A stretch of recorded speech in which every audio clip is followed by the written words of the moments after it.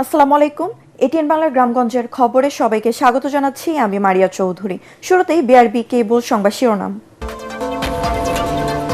সামনে অনেক কঠিন সময় অপেক্ষা করছে। জুলাই শহীদদের স্মরণে বগুড়ায় ডিজিটাল স্মৃতিস্তম্ভের উদ্বোধনী অনুষ্ঠানে তারেক রহমান। দেশ রক্ষায় সবাইকে এগিয়ে আসার আহ্বান। নিজ নিজ বাড়িতে রাষ্ট্রীয় মর্যাদায় সুদানের সন্ত্রাসী হামলায় শহীদ ৬ বাংলাদেশি, দাফন সম্পন্ন। ঢাকা সেনানিবাসে জানাজা অনুষ্ঠিত। বগুড়া ৭ আসনে খালেদা জিয়া ও বগুড়া ৬-এ তারেক রহমানের পক্ষে মনোনয়নপত্র তুলেছেন দলের নেতারা।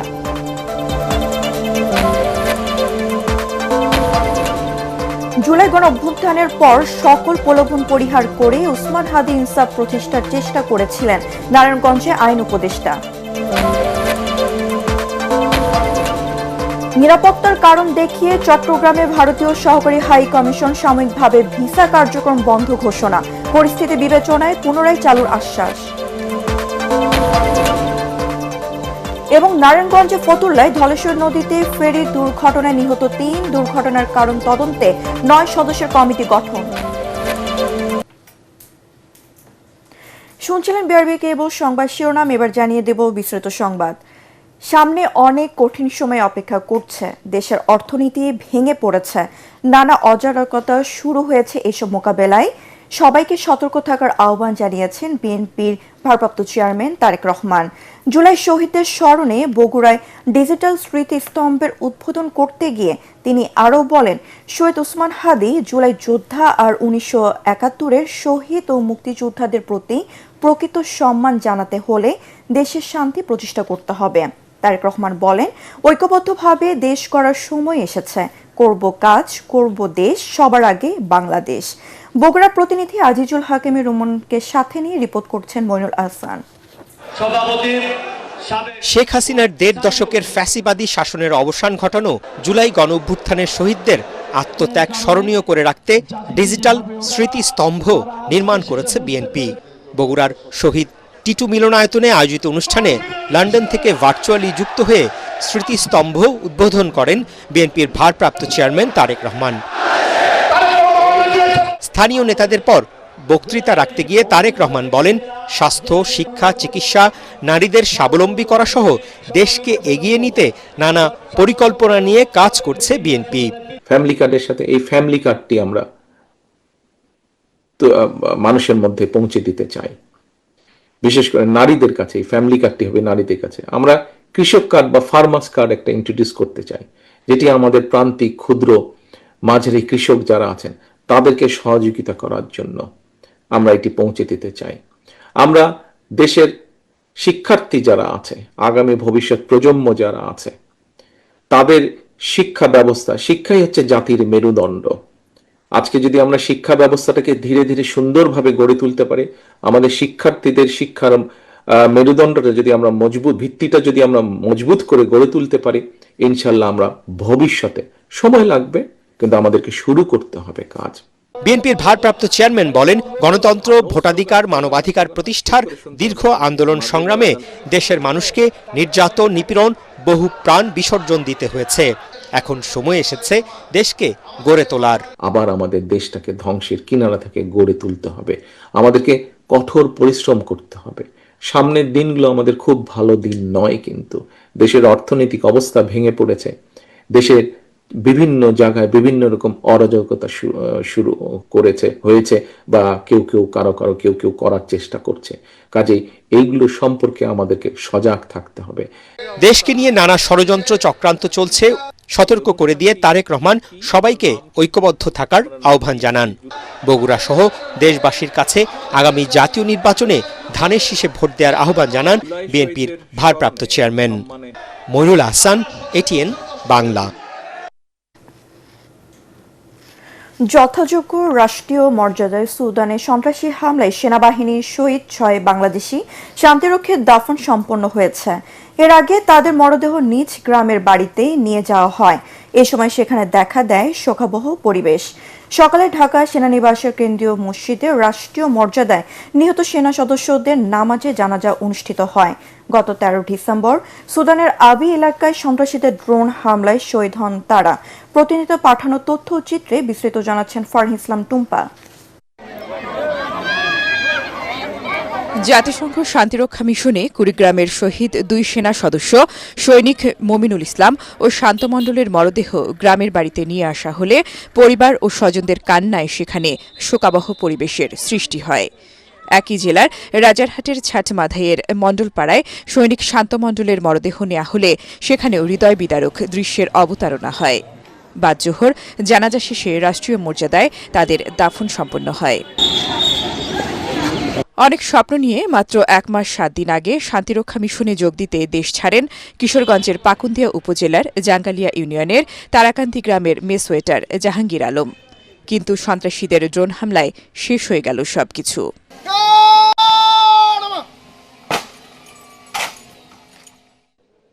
অন্যদিকে রাজবাড়ীর শহীদ শামীম রেজার দাফন সম্পন্ন হয়েছে।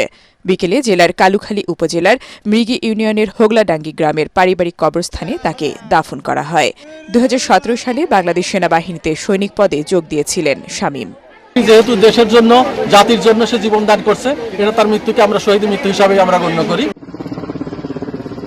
শহীদ সেনা সদস্য কর্পোরাল মাসুদ রানার মরদেহ গ্রামের বাড়ি নাটোরের লালপুরের বোয়ালিয়াপাড়ায়। সেখানকার সামাজিক কবরস্থানে রাষ্ট্রীয় মর্যাদায় তাকে দাফন করা হয়। এর আগে ঢাকা থেকে হেলিকপ্টারে লালপুর উপজেলার করিমপুর সরকারি উচ্চ বিদ্যালয় মাঠে পৌঁছায় তার কফিনবন্দি মরদেহ। সেখান থেকে নেওয়া হয় গ্রামের বাড়ি বোয়ালিয়াপাড়ায়। এরপর স্থানীয় স্কুল মাঠে গার্ড অব অনার ও জানাজা শেষে তাকে দাফন করা হয়। 2006 সালে বাংলাদেশ সেনাবাহিনীতে যোগ দিয়েছিলেন কর্পোরাল মাসুদ রানা। এছাড়াও গাইবান্ধার পলাশবাড়ির মহদীপুরের ছোট ভগবানপুর গ্রামে সেনাবাহিনীর লঞ্চে কর্মচারী মোহাম্মদ সবুজ মিয়ার দাফন সম্পন্ন হয়েছে। ফারহিন ইসলাম টুম্পা, এটিএন বাংলা। আসন্ন ত্রয়োদশ জাতীয় সংসদ নির্বাচনে বগুড়া 7 আসনে বিএনপি চেয়ারপারসন বেগম খালেদা জিয়া এবং সদর 6 আসনে দলের ভারপ্রাপ্ত চেয়ারম্যান তারেক রহমানের পক্ষে মনোনয়নপত্র তুলেছেন স্থানীয় নেতারা। দুপুরে জেলা প্রশাসক ও জেলা রিটার্নিং কর্মকর্তার কাছ থেকে শীর্ষ 2 নেতার মনোনয়নপত্র সংগ্রহ করেন জেলা বিএনপি সভাপতি রেজাল করিম বাদশা। এ সময় বিএনপি নেতাকর্মীদের মাঝে ব্যাপক উৎসাহ উদ্দীপনা দেখা যায়।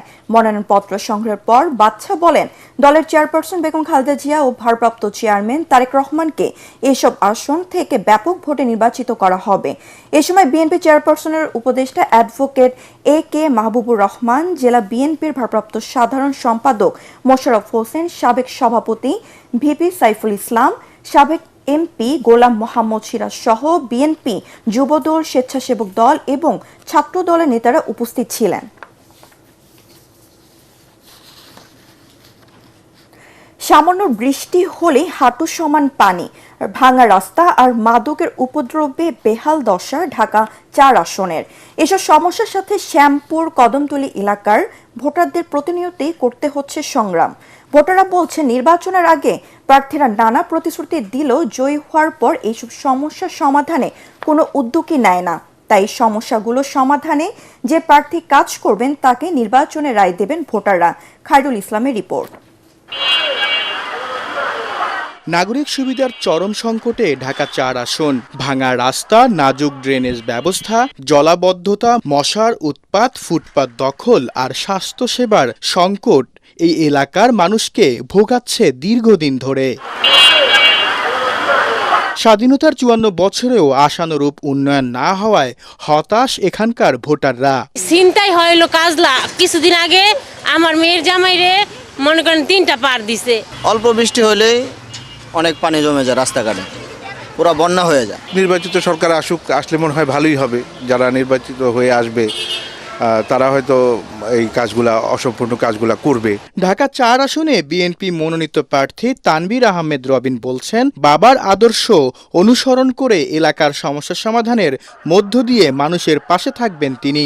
ইতিমধ্যে আমরা বিভিন্ন এলাকায় আমাদের ভোটারদের কাছে গিয়েছি, আমরা স্বতঃস্ফূর্ত সমর্থন পাচ্ছি এবং একটা আশ্চর্যের বিষয় হচ্ছে যে এলাকার সাধারণ মানুষও আমাদের গণসংযোগে নেমে আসছে, আমাদের সাথে দীর্ঘ পথ তারাও আমাদের সাথে হেঁটে বেড়াচ্ছেন। এর আগে এই আসন থেকে কখনোই ক্ষমতায় আসেনি জামায়াত ও ইসলামী আন্দোলন। এসব দলের প্রার্থীরাও চাইছেন এই আসনে জয়ী হয়ে ভোটারদের উন্নয়নে কাজ করতে। আমি যদি নির্বাচিত হয়ে আল্লাহ যদি কবুল করেন, জনগণ যদি আমাদেরকে ভালোবাসে, আমাদেরকে সমর্থন করে, তাহলে আমরা নিজেরা কমিটেড এবং আমরা আশা করি যারা এর সাথে জড়িত তাদেরকে কাউন্সিলিং করে, তাদেরকে ডেকে নিয়ে তাদেরকে হালাল রুজি বৈধ ইনকামের জন্য আমরা পথ দেখাবো। কোনো চাঁদাবাজি হবে না, এইটা আমি আমার এলাকাবাসীকে বলন্দ কণ্ঠে বলতে চাই যে ইনশাল্লাহ যদি জাল হক ওয়া জাহাকাল বাতিল, যখন অন্ধকার থাকে, অন্ধকার যদি দূর করতে হয় তাহলে আলো জ্বালাইতে হবে। আমরা হচ্ছি আলো, ইসলামের আলো, আমরা নূর। 14টি ওয়ার্ড নিয়ে গঠিত ঢাকা 4 আসনে ভোটার সংখ্যা প্রায় 3.5 লাখ। খায়রুল ইসলাম, এটিএন বাংলা, ঢাকা। সালাম স্টিল ভোটার গাড়ি নিয়ে আরেক সহকর্মী আলী আজগর ইমন আছেন নাটোরের পথে। বগুড়া এলাকা থেকে সেখানকার পরিস্থিতি জানাচ্ছেন তিনি। সালাম স্টিল ভোটার গাড়ি চলছে সারা বাংলাদেশ, আর ঘুরতে ঘুরতে আমি এখন আপনাদেরকে নিয়ে যাব নাটোরে। আর যাওয়ার পথে আমি এখন দাঁড়িয়ে আছি বগুড়া বাস স্ট্যান্ডে। আমার কাছে স্থানীয় কিছু মানুষজন আছে, আমি একটু তাদের কাছে জানতে চাইবো কেমন দেখছে নির্বাচনের হালচাল। এখন প্রত্যেকটা সেক্টরে বাংলাদেশের একবারে মুচিওয়ালা থেকে একবারে বিশিষ্ট শিল্পপতি সবাই দুর্নীতির সাথে সম্পৃক্ততা আছে। সো আমরা চাচ্ছি আমরা নিজ থেকে আগে ভালো হব এবং কি দেশকে ভালো কিছু দেবো। আপনার কাছে একটু জানতে চাই কেমন দেখছেন নির্বাচনের হালচাল। সব দল অংশগ্রহণ করুক, বাংলাদেশটা একটা ভালো মর্যাদা যাক, এটাই সুস্থ আমরা কামনা করি। আমরা যেমনটা শুনছিলাম এখানকার স্থানীয় মানুষজন চায় দুর্নীতিমুক্ত একটি দেশ এবং সবার অংশগ্রহণে একটি সুন্দর নির্বাচন। সালাম স্টিল ভোটার গাড়ি নিয়ে আমি যাচ্ছি নাটোর, আমার সাথেই থাকুন। আনুষ্ঠানিক প্রচারণা বন্ধ থাকলেও উঠোন বৈঠক ও গণসংযোগের মাধ্যমে কার্যক্রম চালাচ্ছে নরসিংদী 3 আসনের প্রার্থীরা। আসনটিতে বিএনপি এখনও প্রার্থী না দেওয়ায় জামায়াত মাঠ দাপিয়ে বেড়াচ্ছে। তবে বিএনপির মনোনয়ন প্রত্যাশী একাধিক প্রার্থী করছেন গণসংযোগ, রাস্তাঘাটের উন্নয়ন, যানজট নিরসন, শিক্ষার অগ্রগতির পাশাপাশি চাঁদাবাজ ও মাদক নির্মূলের প্রতিশ্রুতি দিয়ে ভোট চাইছেন প্রার্থীরা। বিস্তারিত জামিল হাসান শান্ত রিপোর্টে। শিবপুর ও রায়পুর নিয়ে গঠিত নরসিংদী 3 আসনের ভোটার সংখ্যা 2,70,000-এরও বেশি। শিল্প কারখানা থেকে শুরু করে ফসল উৎপাদনে প্রাকৃতিকভাবে সমৃদ্ধ এই আসনটি ঢাকার খুব কাছে হলেও উন্নয়নের ছোঁয়া তেমন একটি লাগেনি এই আসনটিতে। শিল্প কারখানা অধ্যুষিত এই আসনটিতে ভালো মানের কোনো শিক্ষা প্রতিষ্ঠান নেই। ভোটাররা চান এলাকার উন্নয়নের পাশাপাশি যানজট নিরসন ও কিশোর গ্যাংয়ের দৌরাত্ম্য কমাতে যে প্রার্থী কাজ করবেন এমন প্রার্থীকেই ভোট দেবেন তারা। সমগ্র বাংলাদেশের জন্য নির্বাচনটা সুষ্ঠু এবং পরিবেশ খুব ভালো থাকে এবং সঠিক রায়ের প্রতিফলিত যেন হয়, যাতে কোনো কারচুপি না হয়। সংসদে একজন শিক্ষিত লোক চাই, কিশোর গ্যাং মুক্ত এবং মাদক মুক্ত, আইন শৃঙ্খলা যাতে একটু উন্নত হয়। জনগণের প্রত্যাশা পূরণের আশ্বাস আর নিজেদের পরিকল্পনা নিয়ে ভোটের মাঠ চষে বেড়াচ্ছেন প্রার্থীরা। যদিও আসনটিতে এখনও প্রার্থী মনোনয়ন দেয়নি বিএনপি। আমি আজকে 27-28 বছর হলো এই রাজনীতিতে যুক্ত। এই রাজনীতি করতে যে নিজের জন্য 10 পয়সার কোনো কাজ কিন্তু আমি আমার জন্য কোনোদিন করিনি। আমি মানুষের জন্য করি এবং যতদিন বেঁচে থাকে মানুষের জন্য করব, এই ব্রত নিয়েই কিন্তু আমি মাঠে আছি, মাঠে থাকবো ইনশাআল্লাহ। দুর্নীতি দূর করার জন্য কাজ করব, ছেলেমেয়েদের মাদক থেকে দূরের চেষ্টা করব, ছেলেমেয়েদের দেশের জন্য ভাবে ভালো করে পড়াশোনা করে সেই কাজ করব। মানুষকে আত্মনির্ভরশীল হিসেবে গড়ে তোলার লক্ষ্যে আমি কাজ করব এবং সেই লক্ষ্যে আত্মকর্মসংস্থানমূলক বিভিন্ন কর্মসূচি আমি বাস্তবায়ন করব। তরুণ প্রজন্ম আর নারী ভোটারদের টানতে ভিন্ন পরিকল্পনার কথা জানান জামায়াতের প্রার্থী। তরুণরা আর পিছনের দুর্নীতির যুগে ফিরে যেতে চায় না, তরুণরা আর পিছনের চাঁদাবাজির যুগে ফিরে যেতে চায় না। আমার বিশ্বাস আগামী দিনে নতুন বাংলাদেশ বিনির্মাণে তরুণরাই সামনের কাতারে থাকবে এবং দাঁড়িপাল্লাকে বিজয়ী করবে। ভোটাররা জানান যিনি সাধারণ মানুষের প্রত্যাশা পূরণে কাজ করবেন ভোটের মাঠে তিনিই থাকবেন এগিয়ে। জামিল হাসান শান্ত, এটিএন বাংলা, নরসিংদী।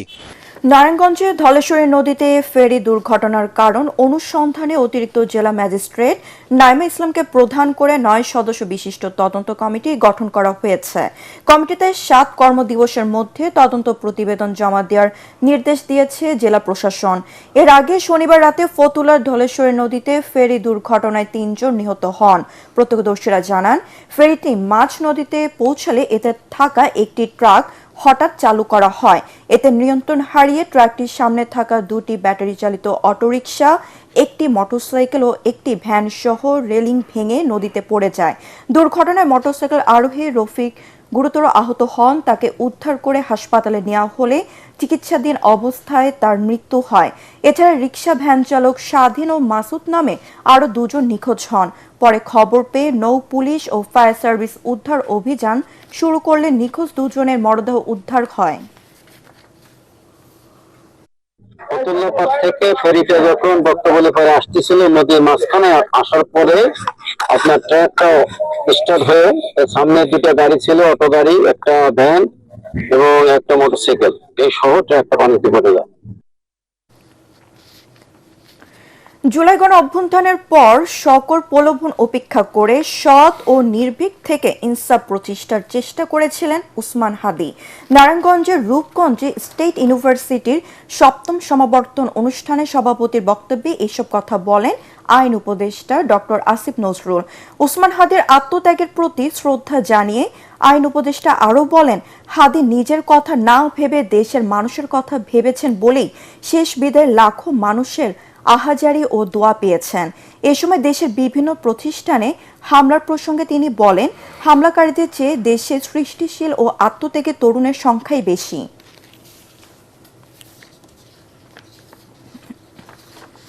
দিনাজপুর বড় মাঠের কেন্দ্রীয় জামে মসজিদে শহীদ ওসমান হাদীর জন্য দোয়া মাহফিল অনুষ্ঠিত হয়েছে। বাদ জোহর এনসিপি, বৈষম্য বিরোধী ছাত্র আন্দোলন ও সাধারণ মানুষ সম্মিলিতভাবে এই আয়োজন করে। এ সময় উপস্থিত ছিলেন এনসিপির নেতা ইকরামুল হক আবির, আরিফ মুন, রেজাউল ইসলাম সহ অনেকে। নিরাপত্তাজনিত কারণ দেখিয়ে চট্টগ্রামে ভারতীয় সহকারী হাই কমিশন সাময়িকভাবে ভিসা কার্যক্রম বন্ধ ঘোষণা করেছে। আজ থেকে পরবর্তী নির্দেশ না দেওয়া পর্যন্ত এই কার্যক্রম স্থগিত থাকবে বলে জানানো হয়েছে। ভারতীয় ভিসা আবেদন কেন্দ্রের ওয়েবসাইটে প্রকাশিত এক বিজ্ঞপ্তিতে এ তথ্য জানানো হয়। এতে বলা হয়, সম্প্রতি চট্টগ্রামে ভারতীয় সহকারী হাই কমিশনের আশপাশে ঘটে যাওয়া নিরাপত্তাজনিত ঘটনার প্রেক্ষাপটে এই সিদ্ধান্ত নেওয়া হয়েছে। বিজ্ঞপ্তিতে আরও বলা হয়, পরিস্থিতি পর্যালোচনা করে পরবর্তীতে ভিসা কার্যক্রম পুনরায় চালুর বিষয়ে যথাসময়ে ঘোষণা দেওয়া হবে। চট্টগ্রামে association for the study of liver ডিজিজেসের বাংলাদেশ ASLDB'র 19তম বার্ষিক আন্তর্জাতিক বৈজ্ঞানিক সম্মেলন অনুষ্ঠিত হয়েছে। বন্দরনগরের একটি হোটেলে ASLDB'র সভাপতি ও বাংলাদেশ মেডিকেল বিশ্ববিদ্যালয়ের উপাচার্য অধ্যাপক ডাক্তার শাহিনুল আলমের সভাপতিত্বে এতে প্রধান অতিথি ছিলেন চট্টগ্রাম সিটি কর্পোরেশনের মেয়র ডাক্তার শাহাদাত হোসেন। বিশেষ অতিথি চট্টগ্রাম মেডিকেল বিশ্ববিদ্যালয়ের উপাচার্য অধ্যাপক ডাক্তার ওমর ফারুক। অনুষ্ঠানে লিভারের রোগের আধুনিক চিকিৎসা ও গবেষণা বিষয়ে আলোচনা করেন দেশি বিদেশি বিশেষজ্ঞ চিকিৎসকরা। হবিগঞ্জে শুরু হয়েছে 3 দিন ব্যাপী বই মেলা। সকালে এর উদ্বোধন করেন সিলেট মেট্রোপলিটন ইউনিভার্সিটির ভাইস চ্যান্সেলর মোহাম্মদ জহিরুল হক। জেলা সাহিত্যিক পরিষদ আয়োজিত উদ্বোধনী অনুষ্ঠানে বিশেষ অতিথি ছিলেন পরিবেশ আন্দোলনের সভাপতি ইকরামুল ওয়াদুদ, জেলা মুক্তিযোদ্ধা সংসদের সভাপতি গোলাম মোস্তফা রফিক, সাহিত্য পরিষদের সভাপতি তাহমিনা বেগম গিনি ও সাধারণ সম্পাদক MA ওয়াহিদ সহ অনেকে। এবছর মেলায় জেলার 34 জন কবি ও সাহিত্যিককে সম্মাননা ও উত্তরীয় পরিধান করানো হয়। বইমেলায় 25টি স্থান পেয়েছে। পরবর্তী সংবাদ দেখার আমন্ত্রণ জানিয়ে এখনকার মতো শেষ করছি। এটিএন বাংলা সংবাদ ইউটিউবে দেখতে ব্রাউজ করুন youtube/ATN বাংলা নিউজ। ধন্যবাদ সবাইকে।